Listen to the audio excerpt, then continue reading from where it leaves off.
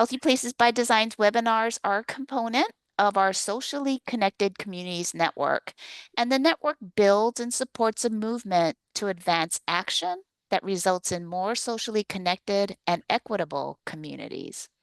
I'm Joanne Lee with Healthy Places by Design, and I'm joined by members of my team who will be providing support to maximize your webinar experience today. We have Risa Wilkerson, who is our executive director, and she's going to help facilitate the Q&A portion of today's webinar. Becky Snyderman is our project and events manager and is serving as our chat manager for this webinar and providing Zoom platform and logistical support. Before moving on to today's topic, we just want to review some logistical items intended to create an atmosphere that supports group learning and engagement. First, the chat box. That's a space where we can share and learn with each other.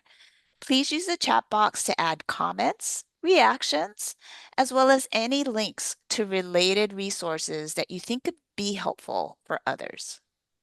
Be sure when you chat that the setting is to everyone, and that way everyone can benefit from what you have to share. Participant chats can be a great way to gauge how the webinar content is resonating. However, if you find that the discussion in the chat is scrolling too much or it's distracting, know that you can always close the chat box and disable it in Zoom. If you need one-on-one logistical support with your connection today, you can privately chat to Becky Snyderman. Another Zoom menu I'd like to point out I've mentioned is the Q&A box. If you have a question for our guest presenters, you can go ahead and enter them anytime in the Q&A box, not the chat, so we can separate the questions. And Risa will be monitoring the Q&A box and queuing up ones that we will address live. Note that we've made closed captions in English available in this webinar, so feel free to turn on that feature if that's helpful to you. And know that we are recording this webinar, and we will be disseminating the webinar recording, slide deck, and resource guide from today's webinar via email to all of you, and we'll also post it on our website. Now let's begin exploring today's topic, utilizing digital spaces to strengthen social connection. And really in today's world, it's really imperative that we are strategic and intentional about using social media, online forums, apps, and other technology in ways that support health and a sense of community. During our time together today, we'll explore what we can learn from approaches to design physical spaces that can be translated to digital spaces. We'll also learn key qualities of healthy online platforms. So I hope you're ready. We've got a lot of great information in store. Before I introduce our guest presenters, we want to hear and learn from you. So Becky is launching a poll to give us an idea of the types of digital spaces or platforms that you all are using to strengthen social connections. So you can see on your screen, it's a multiple choice poll, and you can go ahead and check all of the digital spaces platforms that you're currently using to strengthen social connections.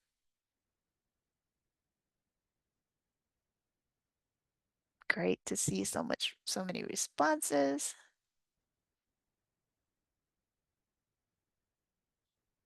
Great, we've got about half of you responded so far.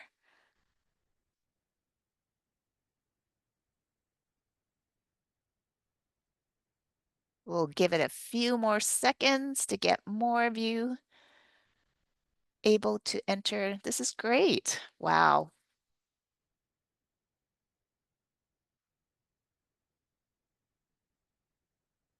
All right, let's give it maybe 10 more seconds, Becky, and then go ahead and share the poll results with our audience.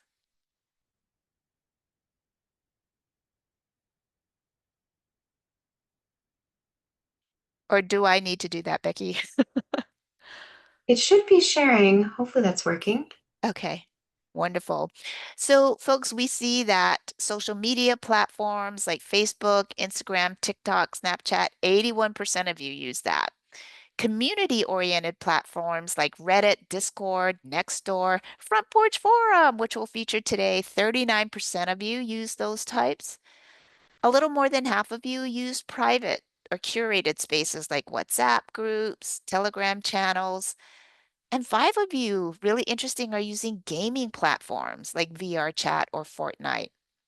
Great. Well, thank you so much.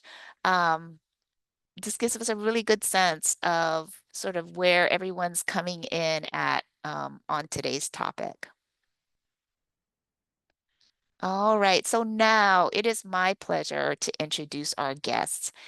Deepti Doshi is co-director of New Public, a nonprofit research and development lab that's focused on creating healthy, pro-social digital spaces. Over the last 2 decades, Deepti has been working at the intersection of social change, social media, and leadership development across the private, nonprofit, and public sectors. As a director at Meta, Deepti helped establish the new product experimentation team, and she created the community partnerships team to build products, programs, and partnerships that support community leaders. Deepti founded Haya, India's largest community organizing platform, Escuela Nueva India, an education company that serves the urban poor, and the Fellows Program at Acumen Fund to build leaders for the social enterprise sector. Deepti holds degrees from Harvard Kennedy School and the Wharton Business School. We're also pleased to be joined by Jason Van Driesche. He's the chief of staff at Front Porch Forum, which is Vermont's online neighborhood network. Jason works on strategy, partnerships, new features, and more. He has a master's degree in urban and regional planning and a second master's degree in environmental science, both from the University of Wisconsin at Madison. Jason grew up mostly in a small town in western Massachusetts and has lived in Burlington, Vermont since 2008. He says he's much happier biking than driving, loves climbing Vermont's spectacular but very manageable mountains, and spends slightly more time digging in his garden than makes sense. His description makes us want to move there, doesn't it, everyone? So these are our wonderful guests today, and we'll start with you, Deepti, to learn about the important and exciting work that you and New Public is doing related to digital spaces and social connections. Hey everybody, it's great to be here. Yeah, so as Joanne shared, New Public is a nonprofit R&D lab, and we see ourselves building what we call healthy digital public spaces. And it's purposeful that there's a photo of a library behind, on this slide. We believe that just like we have public spaces like libraries, public parks, that hold our kind of social life together in our offline lives, we need an investment in those sorts of spaces in our online lives. And how we started actually through the work it is that I'm going to be sharing with you today as a research project called Civic Signals. And today, it's been really exciting to be able to kind of put that fundamental research it is that we did into practice as we build products that I hope one day are in your hands too. So the first one is focused on building a more publicly spirited alternative to Nextdoor so that we can be in healthier relationship with our neighbors. And the second is a project with some of the largest public broadcasters around the world, where we help them build tools and innovations in on their surfaces that allow for better public conversation as opposed to just the comments thread. And so, yeah, we see our mission to make sure that everybody can access and find and use a flourishing digital public space. It's such important and relevant work that your organization is doing. So we're so excited for you to be part of today's webinar. And you mentioned the Civic Signals framework. that was something we just knew our webinar audience had to know more about. And it really is a groundbreaking piece of work that really anyone who's working to strengthen communities can benefit from. Share a little bit about why this research and framework is so important and unique. Yeah, I appreciate that, Joanne. And I think you're right. I think anybody who's building community can benefit from this framework. But we obviously have a lens of applying this in the digital context. And in fact, I actually think that the origin story of civic signals is important to understand as we think about kind of what its application looks like. We actually started this research out of a curiosity. The question we were asking ourselves was, if you were to build an algorithm that was not optimizing for engagement, but that was optimizing for quote unquote democracy, what would that look like? And as we pursued that curiosity and that line of inquiry, we actually realized it was Talia Stroud, one of the founding partners of New Public, and she's the director of Center for Media Engagement at UT Austin, who really said, had this aha that, you know what, when people are in a social space online and y'all just shared the space as it is that you are in, it's not a question of information organization, which is what our previous question was asking. How should an algorithm organize information? But really a question about space design. What happens when a lot of people are in a collective space together? And so that then allowed us to create this really unique approach where we think about digital communication through the lens of spaces, similar to the way that planners and architects and designers approach physical spaces for social connection.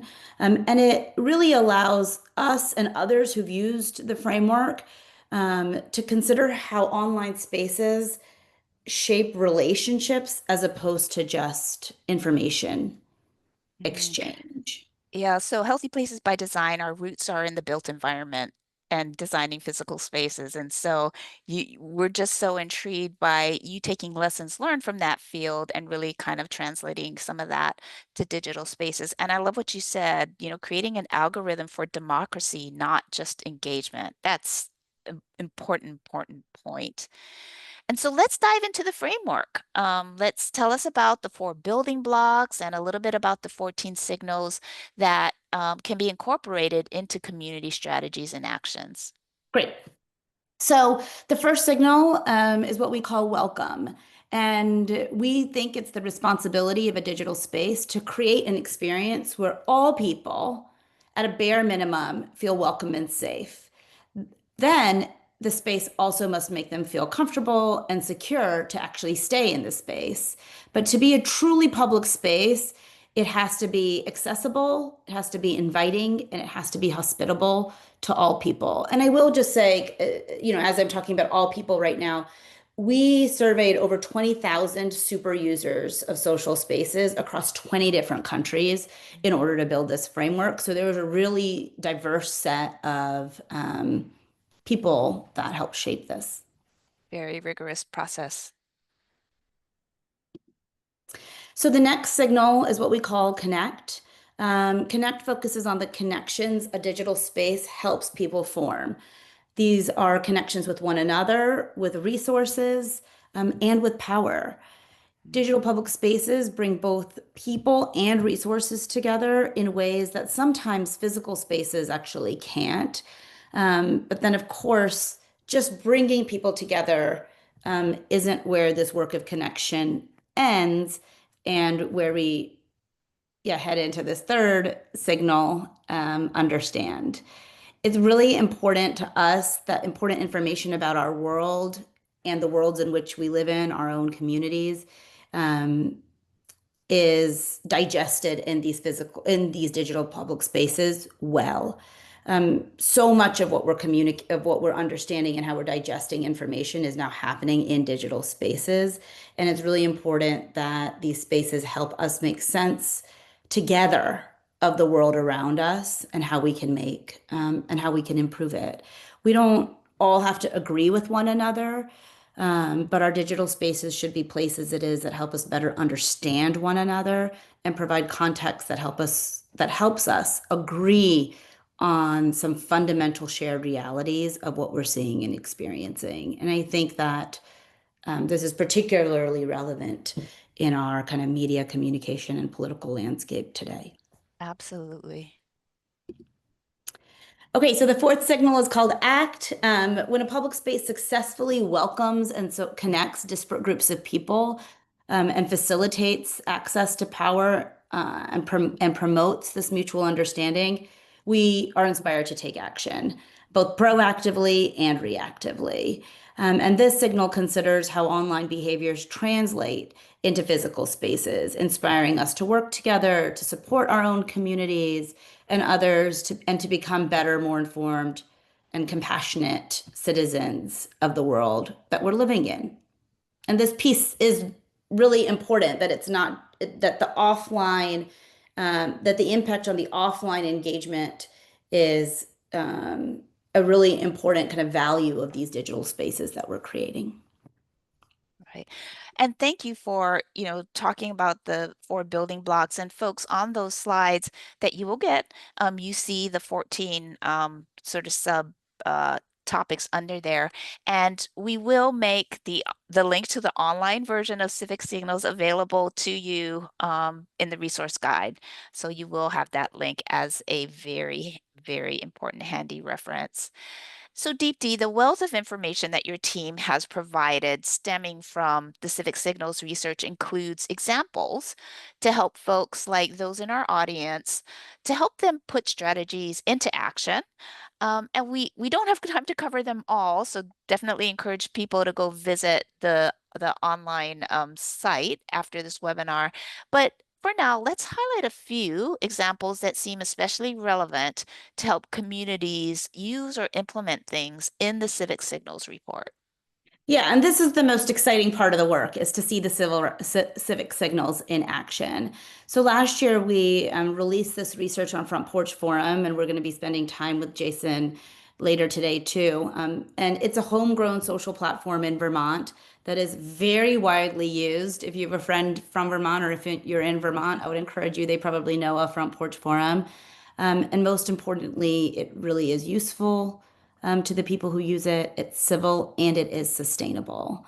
And what it demonstrates is that when developers and technologists, Michael Wood Lewis, who founded it, and Jason, who we're going to hear from a little bit later today, when they design pro-social, public-spirited features and tools, so much is possible. Like we don't need to limit ourselves to the imagination of billionaires like Mark Zuckerberg and Elon Musk. Like we can expand our possibility and imagination of the way it is that we can be together online.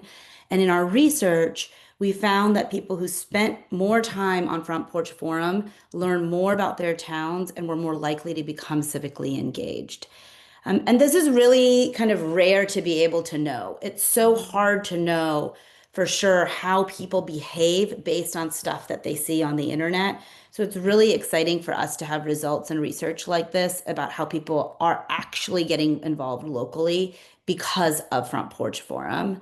And most excitingly, and as you're seeing from the data on this slide, it really inspires neighbors to get to know one another, to help each other out, and build this kind of fundamental social trust that's missing in our society right now. And so Front Porch Forum is focused on towns and neighborhoods in Vermont, and we've been working with them, and in the research it is that we share with you after. You'll also see a slide where we were able to actually measure the performance of Front Porch Forum against that of Nextdoor, and you really see that they perform on the civic signals. You see that people who participate in Front Porch Forum have higher indicators of all of those 14 civic signals it is that we just walked through.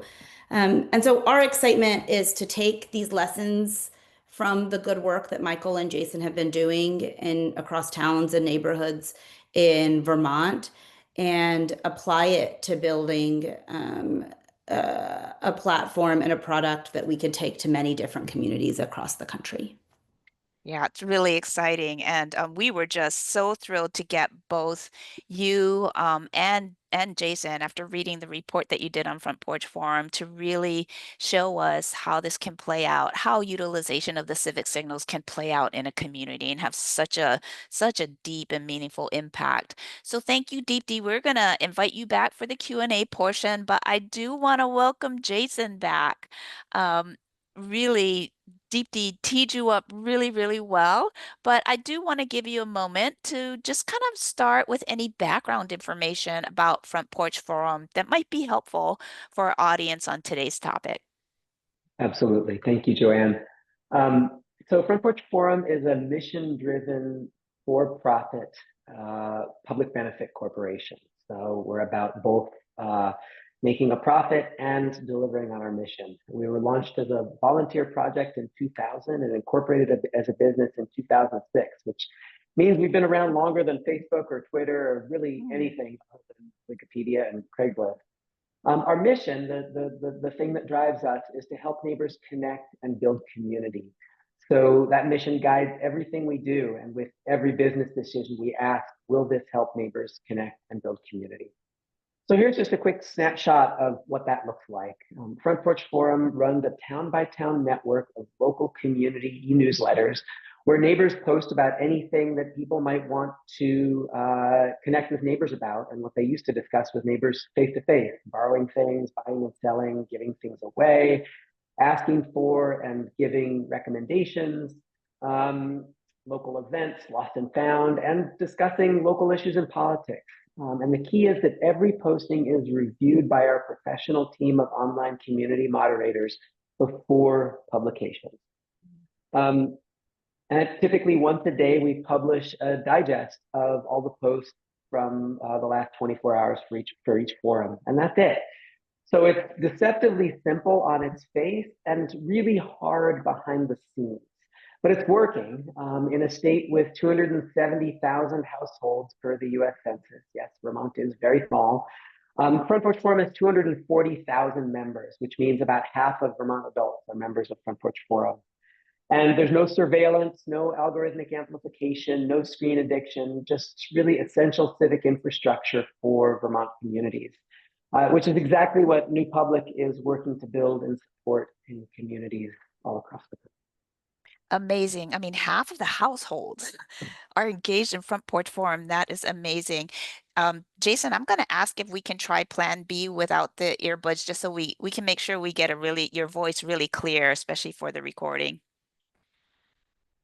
Yeah, so Front Porch Forum, we know that it utilizes digital space to build and strengthen community social connections. So you touched a little bit about how it works, but I want to make sure our audience knows a little bit more detail just about how that works.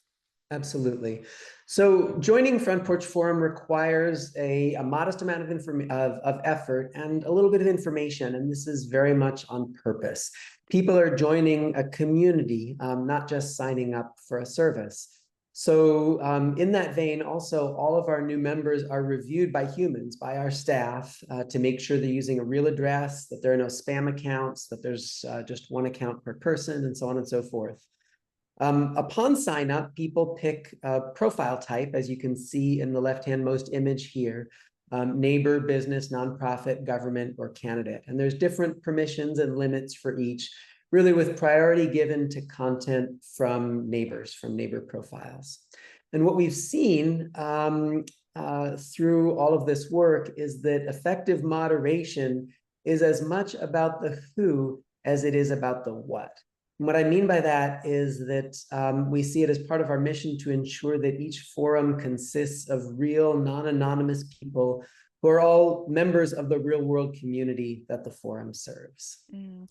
So, Jason, can you just give folks an idea of um, what it takes to staff this in terms of moderators? How many staff do you have? Sure. We have roughly 30 full-time staff, and close to half of those is our online community manager team who does the moderation, member support, account review, all those kinds of things. So about 15. Yep. Yeah. All righty. So what these slides show is the core of the Front Porch Forum experience, which is the daily forum. This is the forum from a small town called Lincoln in Vermont, which has roughly 1,300 inhabitants. So you'll see there's a simple table of contents followed by the full text of each post. Most members receive their forum via email. Some use our mobile app or the website. And every issue is finite, and this is key to our model. There's anywhere from 4 to 20 posts, and it takes you 5 to 10 minutes to read, maybe respond to a post or follow up in some way. You can also read posts from neighboring forums or peruse the directory of businesses that participate on Front Porch Forum or look at the calendar of events. But there's no endless scroll. This is intentionally designed as something that has an end, and then you go on with your real world life. Members post via our website or the mobile app. Those posts enter a queue where they are reviewed by our staff and published at the end of the day. And about 1/3 of our members post in any given year, resulting in roughly 1,000 posts a day across our whole system, all of which, again, are reviewed by our moderators. We have other supporting features like a calendar of member-submitted events, a directory of local businesses and nonprofits that currently has, I think, close to 16,000 businesses and nonprofits that have joined Front Porch Forum, and the ability to search across all the content that a given member has access to. So it's just straightforward, transparent, and useful. Yeah, you keep saying that's it. It's straightforward, and so much really good intentional thought goes into this, which I'm just really appreciating. All right, well, now I'm going to give a few examples of how Front Porch Forum increases community connection. So this is an example actually from the Lincoln Forum, where someone named Tori posted with a question to neighbors about trying to get Wi-Fi out to an outbuilding, and asked if anybody has had success with this. And a day or two later, Tori posted again saying, "Many thanks to the 20 or so responses about Wi-Fi for outbuildings. What a wealth of knowledge and generous sharing." And then they summarized what they'd heard and ended with, "Thanks again, wise neighbors." This is something that happens all the time. Someone posts asking for advice or help with something, and they get really useful information from neighbors, sometimes directly to them via an email, and sometimes to the forum itself.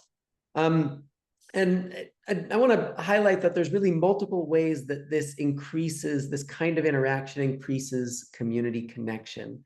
First is the obvious, which is that Tori asked for help and promptly got 20 replies. And that's, many of those people who replied probably have different political opinions than Tori, but they reached out and offered help regardless, which is super important and something that is increasingly lacking in our polarized society. Even more important, though, is the fact that the more than 1,200 members of Front Porch Forum who live in the town of Lincoln, and again, this is a town with something like 1,300 residents, all had an opportunity to witness this neighborly interaction. And it's really difficult to overstate how important this kind of witnessing is and what an impact it has on the character of a community. It's the exact opposite of what you see often on big tech social media, which is deeply corrosive to community connection.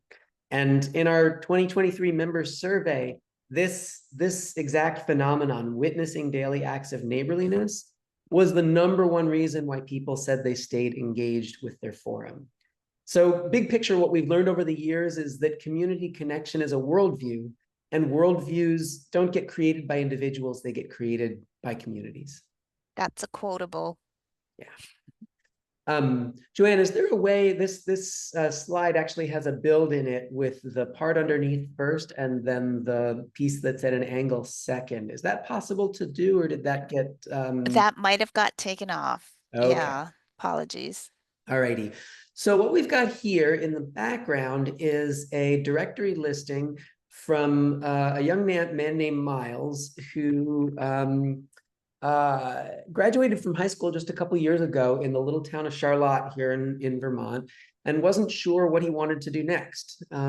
So he figured he'd make a little money, that wouldn't hurt. So he started a junk removal business, and he started promoting it on his Front Porch Forum.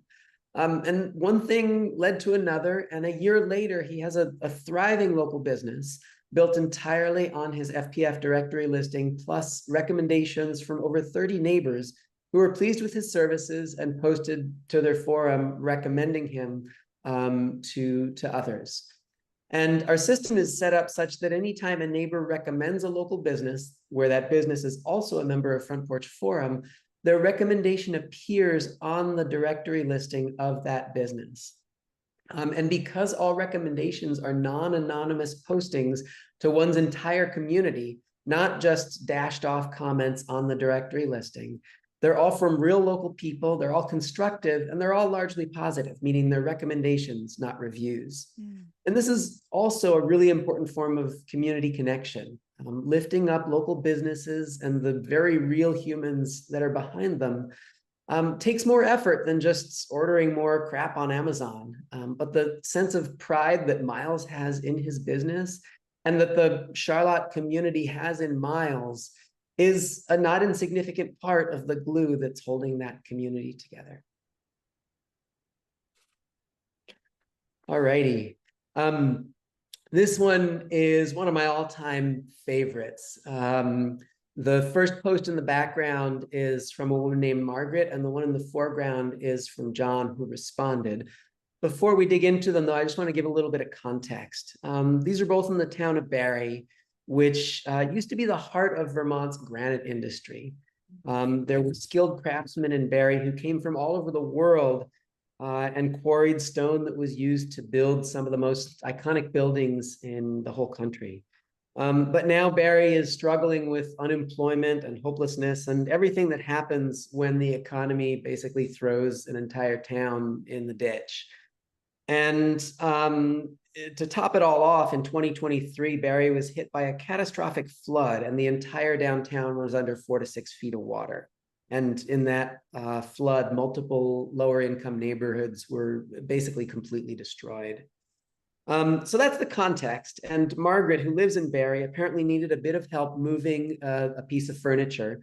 And John helped her. So the next day she posted to the forum with a public appreciation for John, using the, as you can see here, the gratitude posting category, which is one of the categories that we offer for people to post. And she just gave a shout out to John for helping her move a piece of furniture and said he saved the day.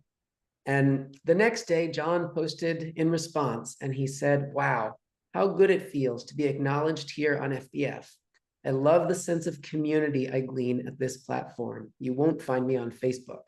It's my assertion that neighbors helping and connecting with neighbors is one of the most powerful acts of building a healthy community, and it just feels so right to do so. I'm in recovery from a few bad turns of events over the past 3.5 years, and nothing feels more healing than engaging in building community."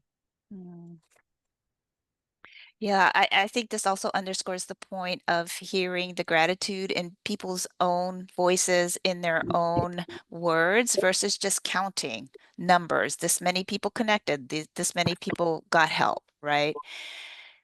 So, Jason, even more exciting is that the research conducted by New Public, it highlighted some specific ways that Front Porch Forum has had impact, in addition to the great examples of how people are actually utilizing the online forum. So, yeah, please just share some of the highlights about outcomes. Absolutely. So we like to think of Front Porch Forum as a social capital engine, meaning communities that are on Front Porch Forum score much better on measures of social capital than really is the norm in our country today. And I've got 3 examples here. One is that in the survey that we did with New Public, where we had, as Deepti had mentioned, we had people rate Front Porch Forum and Facebook and Nextdoor on the exact same set of metrics. Front Porch Forum performed far better across the board than either of those other 2 platforms. And one example that jumped out was that 81% of respondents felt they could become a more informed citizen on FPF, while only 26% said that about Facebook and 32% about Nextdoor.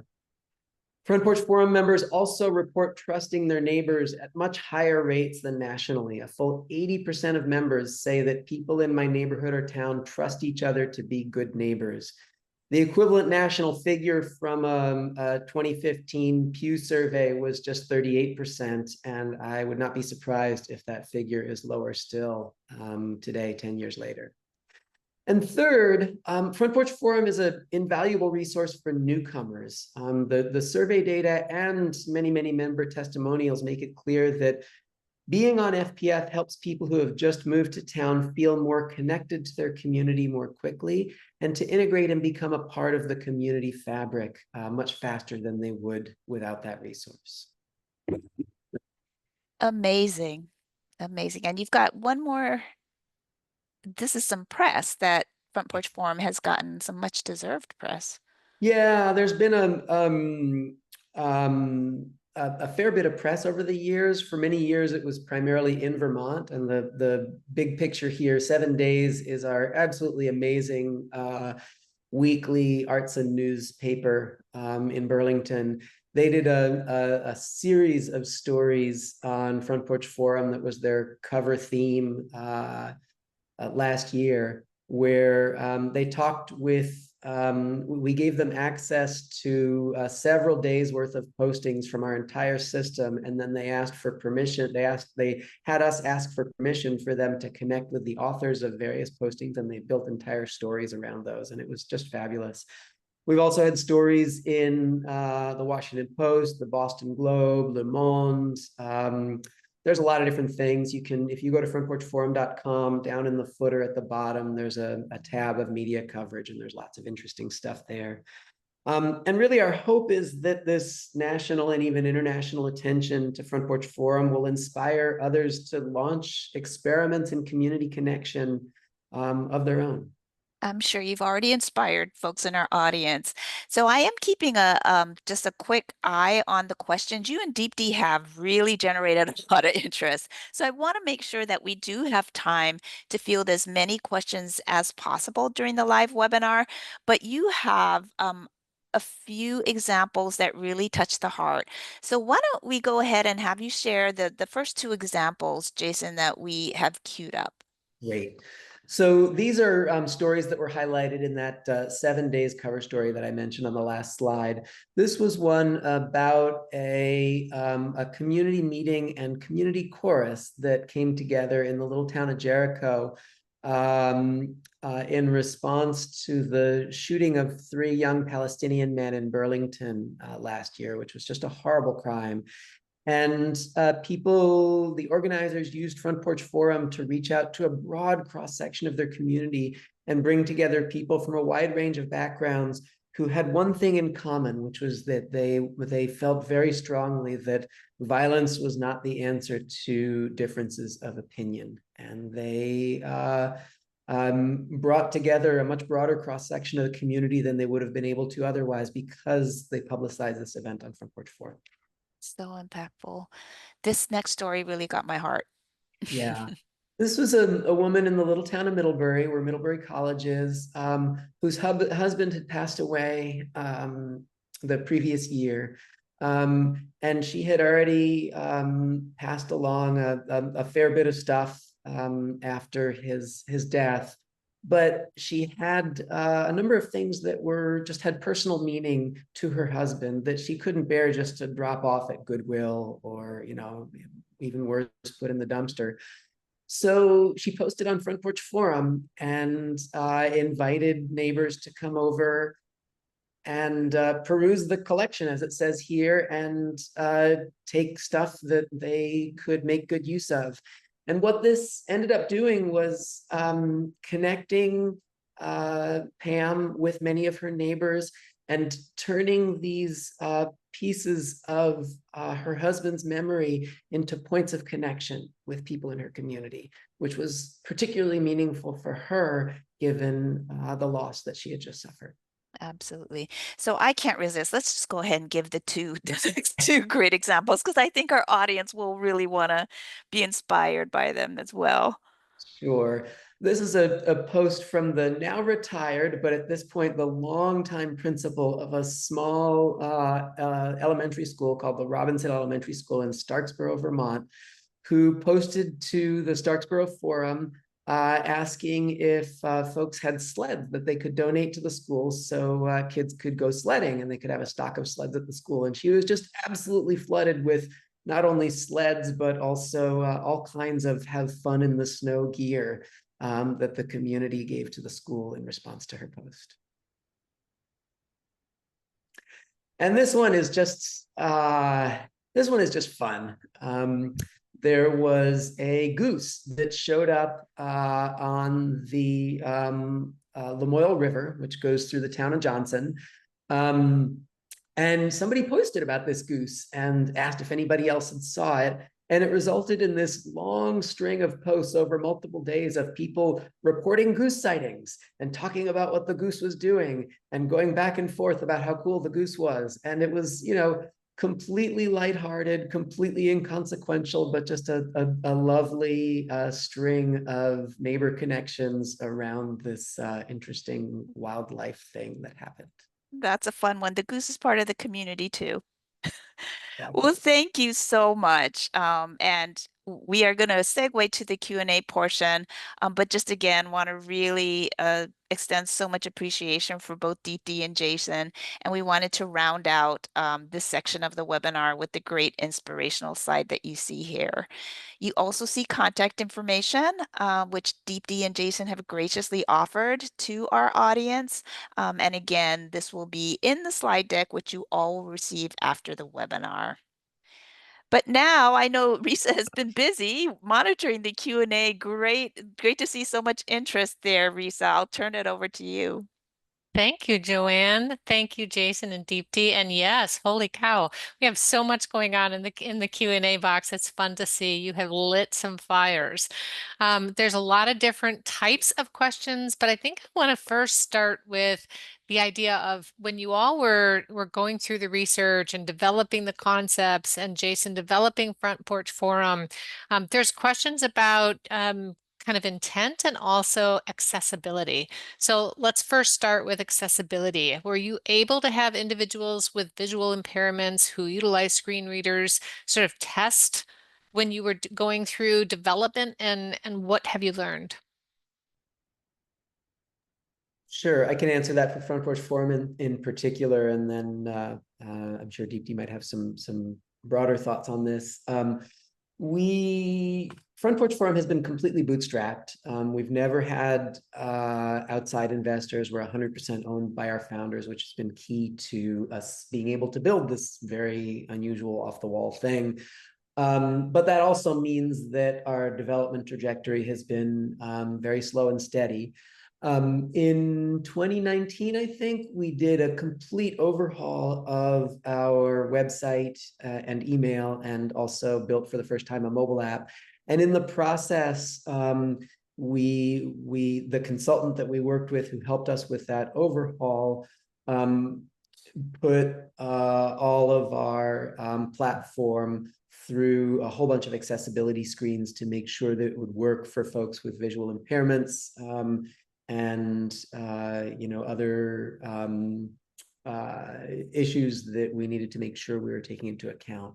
And I think in general, just the very simple design of Front Porch Forum helps make it accessible. It flows easily, and I don't have experience with screen readers, but my guess is that a screen reader has an easier time with a simpler, more straightforward layout, and that's something that we emphasize for many reasons, accessibility being one of them. Yeah, thank you, Jason.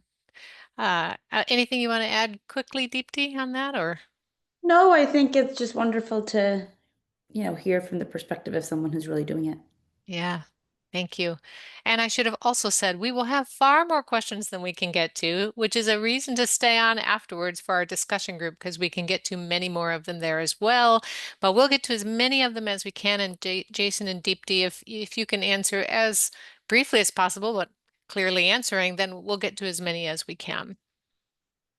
Definitely some questions around structure. So people are very curious about for example, the business model, and you were just saying, Jason, that Front Porch Forum was, is, not owned publicly. So there's curiosity about how it's funded, and how other people might be able to sort of replicate this, how other communities might, if they don't have a whole lot of financial resources or the ability to fund as many full-time folks as you have. Any recommendations or thoughts about that?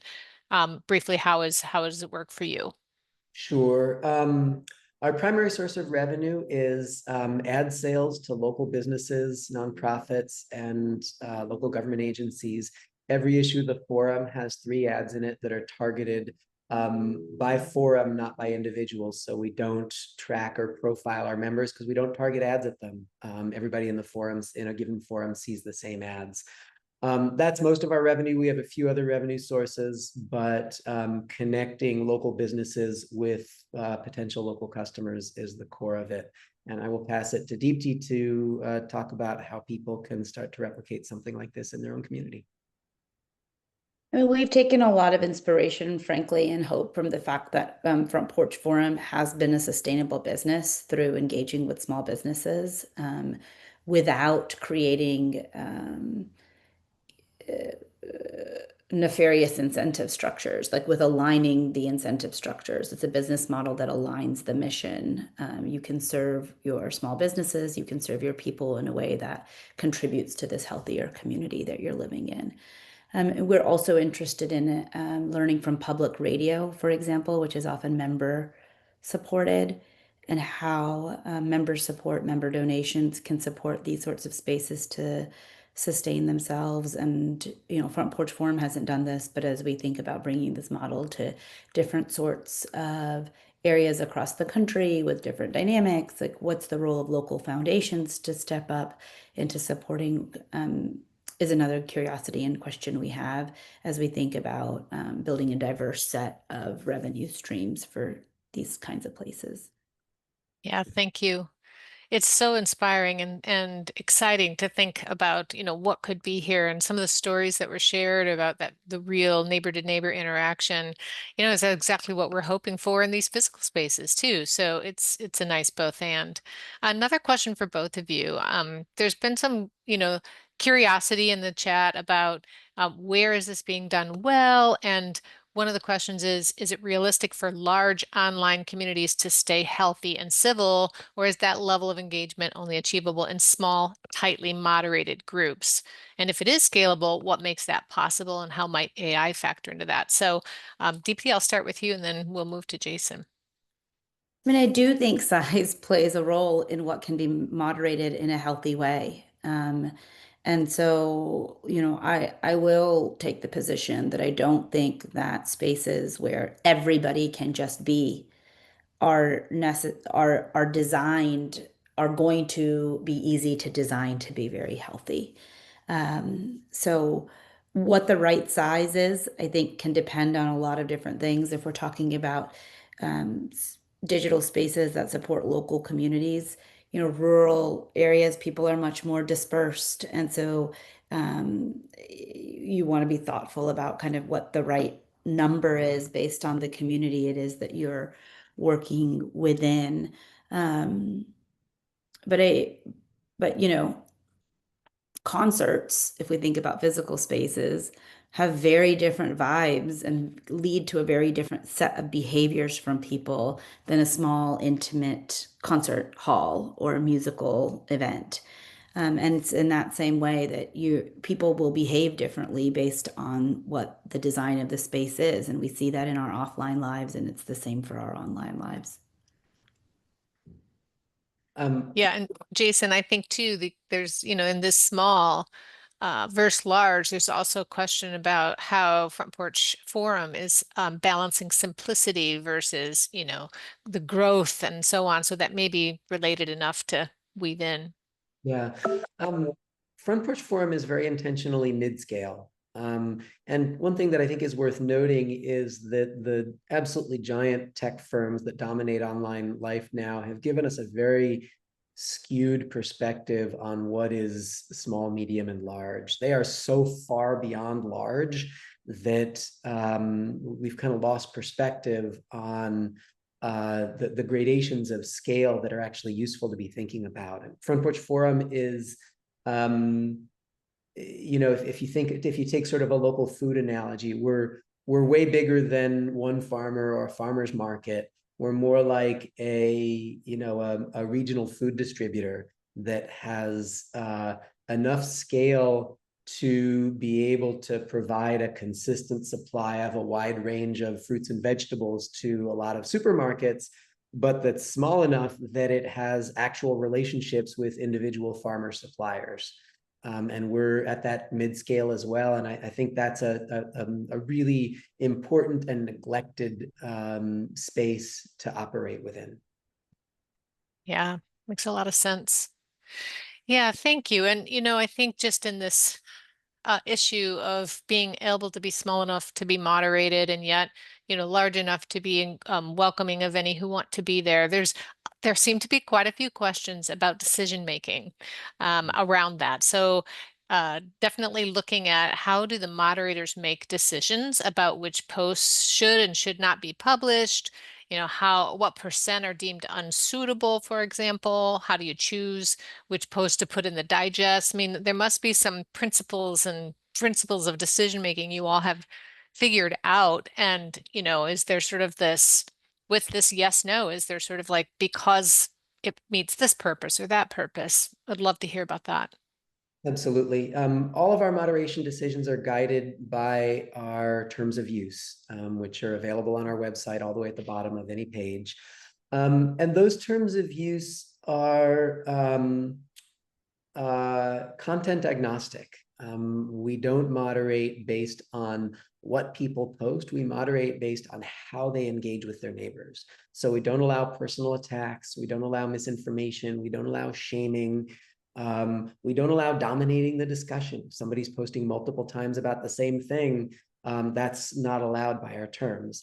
And all of those rules are really they're all guided by our mission, which is what's going to help neighbors connect and build community.